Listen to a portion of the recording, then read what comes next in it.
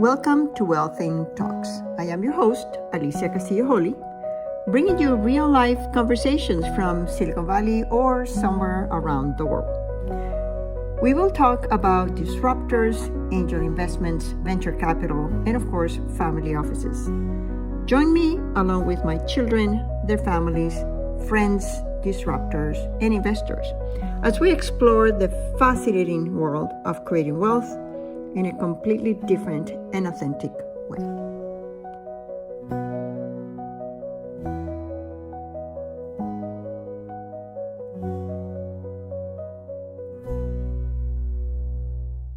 Hello, everyone. Alicia Castillo here again with the Wealthing Podcast. It is such a pleasure to introduce you to Jonas, the creator and founder of Yo2, also a lawyer in Berlin. I met him recently, and he has some very exciting projects.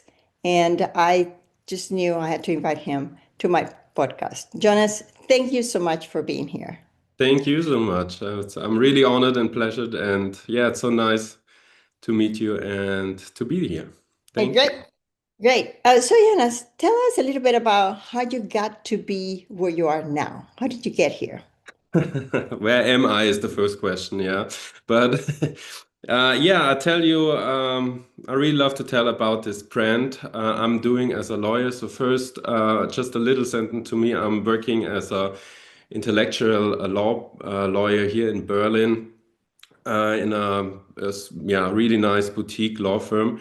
And we had an event, and at this event, I met Alicia, and I told her about this fashion brand because the event was about this fashion brand. And for me, it's not just a fashion brand; it's kind of a stage, a bridge between two continents, and Europe is working together with Africa, and that means that people from Congo, they are called the Sapeurs, are the designer, and together with those people, we created this fashion brand, Yo2. Good. How did you get the idea? How did you get into fashion being a lawyer? Well, that's a longer story, but my grandfather was a really famous painter, and I like to think in colors. When I cook with colors. Even when I do the law, I think sometimes at hard problems, I put different colors on it, so different schemas on it. And I was in Cape Town breaking my kneecap, so I had a lot of time laying in the hospital. And I wanted to do some collaboration, so I didn't want to do something just done by Jonas, because I like the idea. A lawyer is now doing fashion, but it was really cool for me to hang out with the people unseen. And since I was in the hospital, I did a lot of research, and I found this amazing people of La SAP. La SAP are the Société d'Ambiance et Élégance of Congo. It's the Society of the Sapeurs, and these people, stunning for me. And it was, the start of this fashion brand. So tell us a little bit more about them, about the LASAP. For me, they are rock stars, to be honest. They are tricksters, illusionists, and it's a really big history. It's a subculture. It started in the 20s here in Europe, in the fashion houses in Paris, the big ones. Not want to name anyone, but they've been their workers. So in this time, the slave word would be better, I assume. And they didn't get paid. They get paid with old clothes, but the old clothes have been the first collections. So imagine this amazing first collections, and they went down to Congo again, and with these collections, and they recreated it. So more colors, more action, more power, more fire. There's this slogan of La SAP, Europe invented the fashion, but Africa made art out of it. So they really changed everything, and they are peacemakers. So they are using it. They used it to settle the Congo wars. They fight it each other with fashion battles, compared like hip hop battles. Who is the best dressed man? Who looks the finest? Who has the coolest style? And by that, they brought hope to their society and to their people, because, as you can imagine, living in Congo is different. How is living in Congo different? A lot of people have never been to Congo. Me neither. So that's it's probably the worst part of it because I'm talking, and I think I should put this big disclaimer over even this podcast. I'm talking a lot about Congo, and I've never been here. So I'm obviously a white European male guy, and talking about the Sapeur is just what I found doing researching. So I looked a lot of research in the internet and the books, and I met Victoire. She helped me a lot with this fashion brand, and she was introducing me to all this wonderful characters, the Sapeurs. And yeah, the Sapeurs, yeah, crazy, crazy guys. And I've never been there, but when I was working as a lawyer before going to intellectual property, I was a lawyer for employment and labor law, and I was doing a research where in the world are the worst wages paid to, especially women, but also to men. And where is the worst place to get birth or become a human? I don't know the English phrase, be born on the world. And both results have been Kinshasa, which is the metropole of Democratic Republic of Congo. It's a 14 million capital. It's really expensive there. The rents are higher than in Frankfurt, Germany, or Sydney. So, but 90% are unemployed, and the last 10% yearly minimum wage is 500 US dollars. So I decided to work with those guys because besides of that, it's a jungle and a lot of art is yeah, it's a crazy city. It's a crazy character. It's Yeah, amazing. It's amazing. I met a woman from Congo that was born in Paris, here in Prague. And really. Wow. we were talking about you. And Cool. yeah, and I was showing her, I mean, what are the odds? And I was showing her your pieces, the pictures that I took when I was there. Oh, And she's like, oh, of course, this is the Sapeurs. And I said, okay, let's connect because you could be a reference point. And she said, I would love to. So this is the amazing. power So yeah, of I connection. like this because now the story is kind of spreading and it's a really old story and it's really unseen. And I like the idea that I'm not the creator, but I'm more like I can use even the law and being a lawyer to build a bridge because that's what I really like to introduce these people to us because they are, as I said, rock stars and we don't know them or I didn't know them. So yeah, it's a cool This story. is the start of your brand and your company. Is that correct? Excuse me? This is the beginning, the start. Yeah, that is the start. So, yeah, I just the funny story behind it. I was moving from Hamburg to Berlin, and I had a lot of time and some money, so I rented myself a empty studio, just white walls, and I was just sitting there and yeah, invented this idea together with my thoughts from Cape Town, the hospital. So that's the beginning. That's the first collection. Yeah. Wow. Well, show us what you have there. So yeah, we started maybe one word because the Sapeur they are mainly male, so we did a male collection first, but we want to do the female collection because the Sapeurs, the female Sapeur, are even for me it's crazy what this woman in Congo do. But we started with a code for some reason because I wanted to have a warm hug from Africa. Like I was in the hospital just to get this warm hug, and I liked all these colors. So we started with a code. There are three designs, three different codes, and we have and I really have to say one word to Mambela. He's an artist from Kinshasa. And he painted amazing art pieces, which we printed in the inner lining on silk and satin. And so yeah, this is the orange coat. It's handmade. All the coats are handmade here in Berlin, and the fabrics is so that's the orange one. I just show it. That's one of the Yeah, people coats. don't know about the lines going through the sleeves are fantastic. I sew. I know how to sew. And I'm Yeah, always I very to be picky about honest, that. I don't, but I was really so impressed just feeling it because it's all handmade Yes. and it's a really it's the old manufacturer. Even in France, it's haute couture vibe to have someone standing there and working 1 2 days just on one coat. So this is the orange one, and what I liked really much is the fabric. The fabric is from the Atlas Mountains from Morocco, and it's hand woven, so it's a unique. And they worked on this fabric for 3 days. So imagine to cut it and stuff like that. That was crazy. And this one is that was a really nice idea. That's it looks just so that's the art piece I show really quickly It's like, from. yeah. It's on silk. It's really shiny.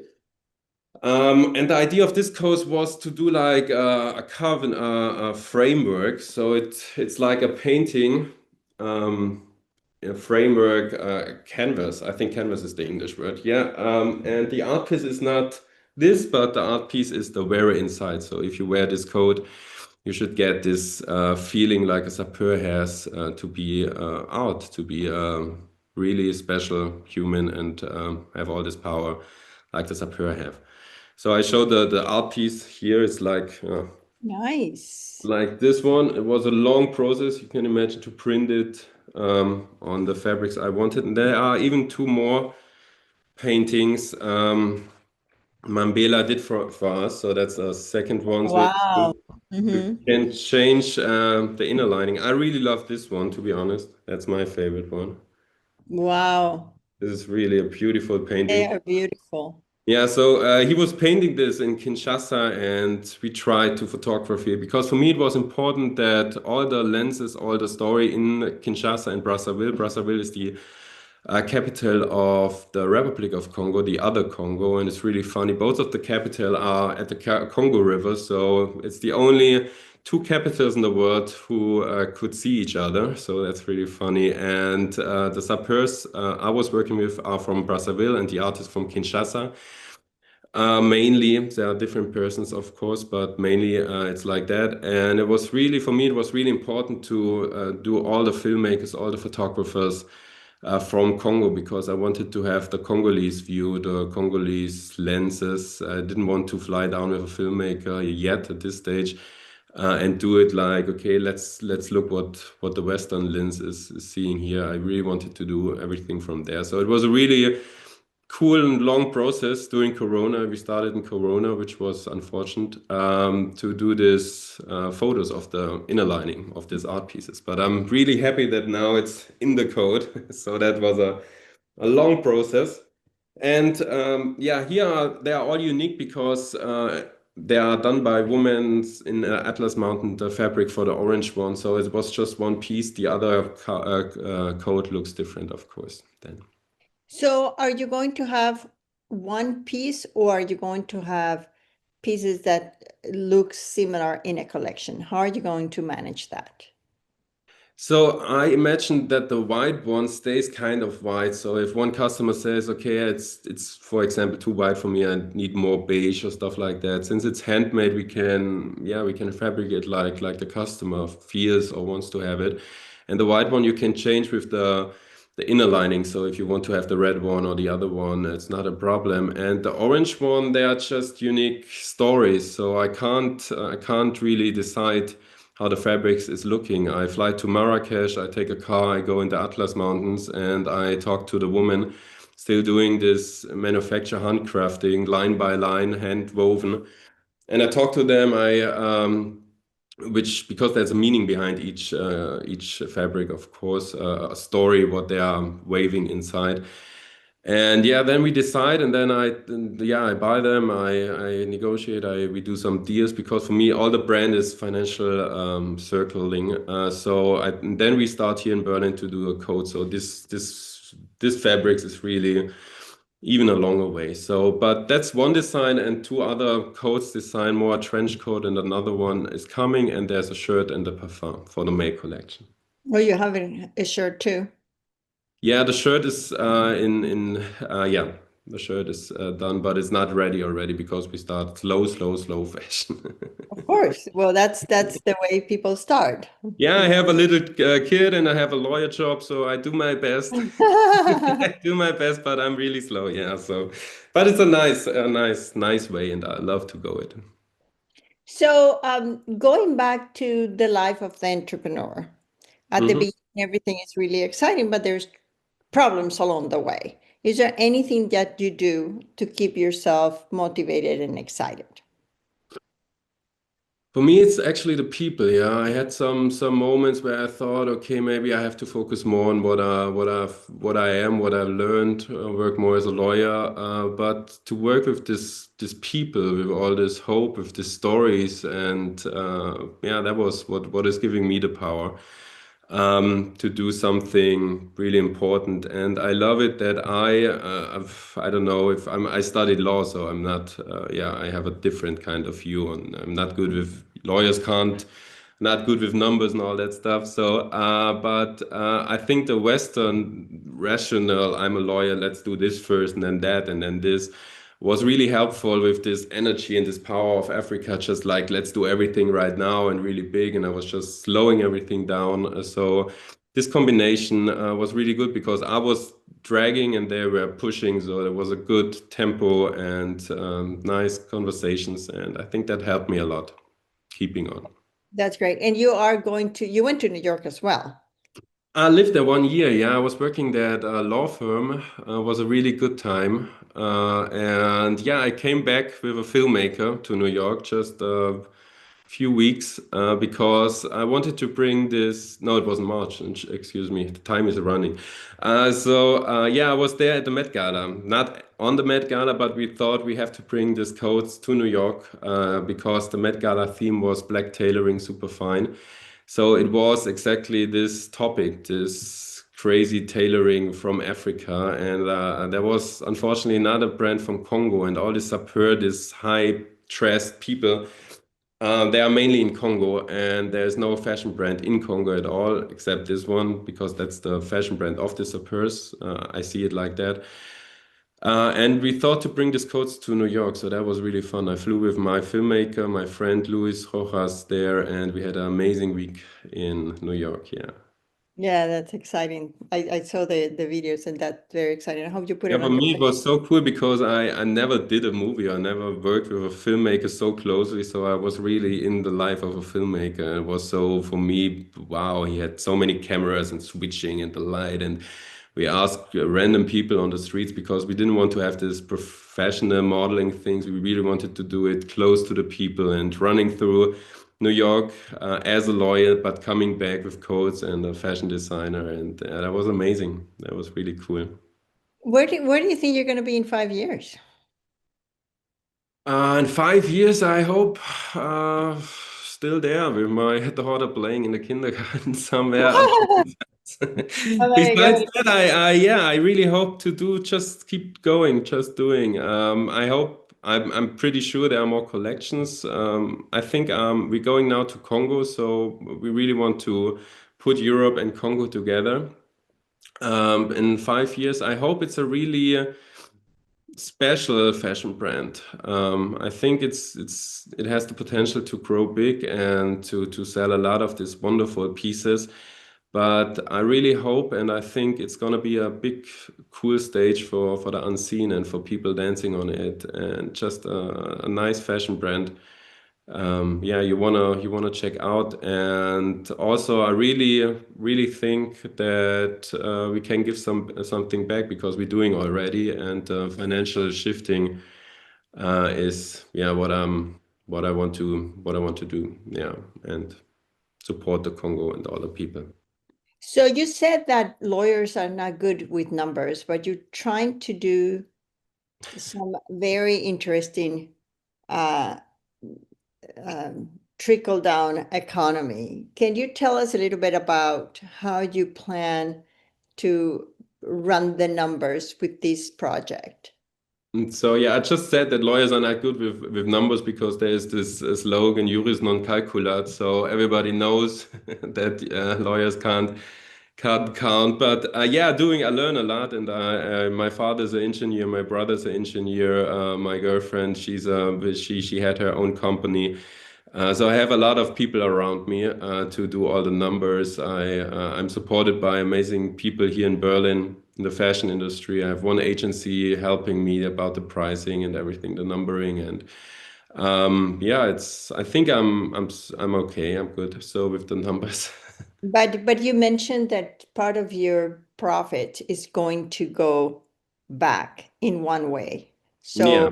how are you distributing those numbers? Those were the numbers I was mentioning.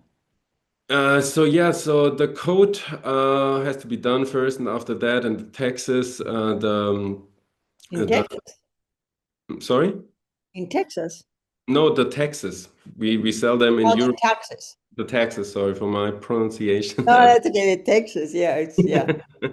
After all that, yeah, a percent, 3% are going to the designer, 3% is going to the artist, and 3% is going to. It sounds really less, but it's a lot after all that. 3% are going to a society for children getting pregnant and when they are 10 between 14. So it's an organization in Brazzaville and we support them. So nearly 9% are going down there by one piece.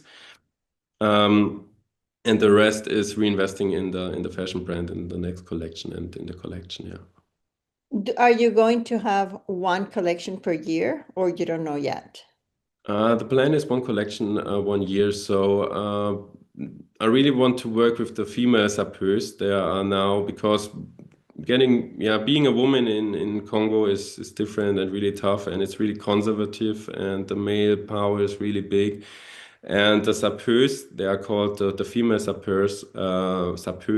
They are now starting, or they started already their own society. So they are dressing up like men and they're fighting for their women rights. And I do a collection with them, and I fly down with a fashion designer from Paris and we work together on this collection. And yeah, this one is planned next year. So yeah, once a year we do a collection. That's I fantastic. know. That that's gonna keep you very busy. I know, but there are smaller collections. So usually you do four collections or two collections a year. So one collection in fashion is already really slow and less.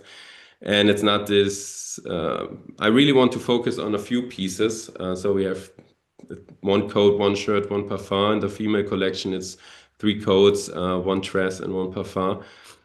Here we have also three, but yeah, I want to have a small personal collection. Yeah. That's So I great. hope I can, yeah, I'm sure I can handle it, but yeah, of course, it's a lot to do. Well, your daughter has to grow up very fast to help you. Yeah, she has to Maybe help. also, Yeah, she has to. yeah, maybe you start the children brand too. Yeah, Uh, that would be different because, yeah, that's actually my reason. Children rights in Congo, that was one of my main topics. Yeah, women and children rights. Yeah. yes, yes. So, I've never been to Congo either, so there you go. Yeah, that's on my to-do list as well. yeah. So, we want to go, sorry. We want to go. My little daughter's sick right now, so I'm sick too. So sorry. I hope I'm not bothering. So my the plan is we flying down to September now to Congo with the filmmaker because we had this party filmed now in New York, the Met Gala, this famous Met Gala with all the celebrities and New York, of course, this wonderful shiny city which I really love.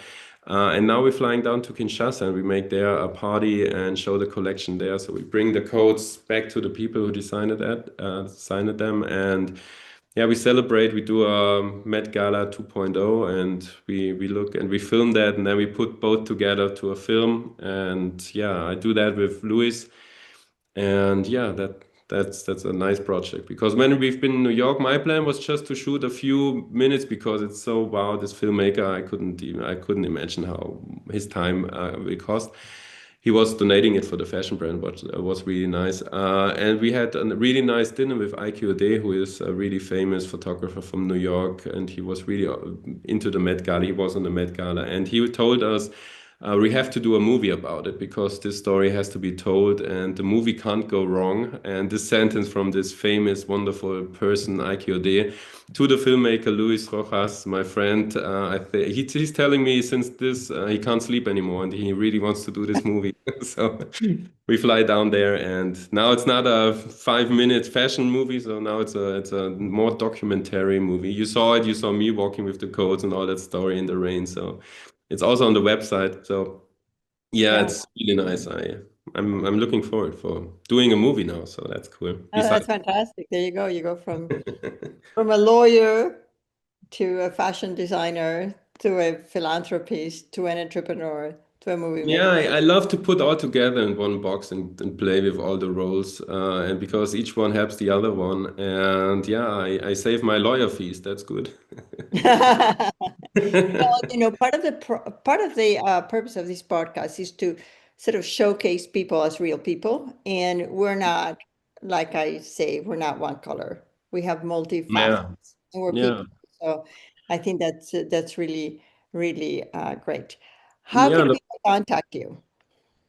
People, yeah. So yesterday I had a lot to do because I built it up, or Louis did. We did a website. I'm really working long time, but we have a landing page now. So we have a website now where you can see the codes again and the photos from New York, and you can even see 5 minutes of the movie. So it's kind of a teaser. And yeah, here you can just contact me. So you can there are emails if you want to talk or to order even, or if you want to be part of the movie, if you want to support the movie, stuff like that, you can just go on the website or follow on Instagram or LinkedIn, of course. And Okay. I'm really happy. So my idea was you can go in contact with me directly, so via email and stuff like that, because I don't want to talk.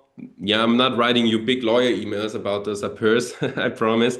But it's a nice story, and if you want to have a code, it should be your code. It will design for you. The story of the sapeurs, this power, this joie de vivre, this joy of life, is then for you, and it's tailored, it's handmade, everything. So I need to talk with you which design and whatever you want to. It's So very highly yeah, personalized. it's really personal. Yeah. Yes.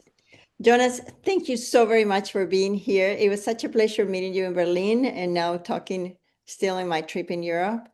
I look forward to having one of your coats sized to my Oh, size. I'll put a picture of me with you three big guys, like, wow. Yeah, that is. I was so and happy to that you've been at the event, and I was so happy meeting you. And yeah, thank so you cool. so much. Well, I hope you enjoyed this very fun conversation with a lawyer that is turned into a fashion art designer and just beginning his journey. I met him recently in Berlin, where my friend Andrea Spies invited me to the official launch of Y'all 2 in Berlin. Thank you so much for coming, and I hope you enjoyed this podcast.